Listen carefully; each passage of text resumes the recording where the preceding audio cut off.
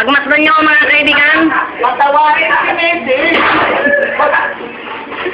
Dahil po sa dami ng kanyang nakain na cake, siya po ngayon ay naghuhugas ng mga plato tingnan.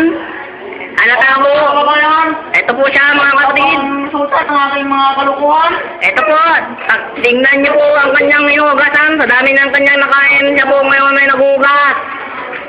Tandaan nyo, di ka namin tatantanan. Yung po ang mga kasama namin. Yan ang dalawa po. Dalawang mongoloid. Talagot. Yan po sila mga kaibigan. Kaiba sa gorilyang pinagkaiba sa gorilyang walang damit. Yan po, nakauban na dalawang gulerya. Yan po si Jess Unggoy. Galing po sa Malabonso. Si Dayos. Kasama po si Dayos. Galing ng Manila 2. Ako kayo bukas kasi wala nang susunod. Abangan nyo bukas dahil dito po nagtatapos ang aming dokumentaryo. Maraming salamat po.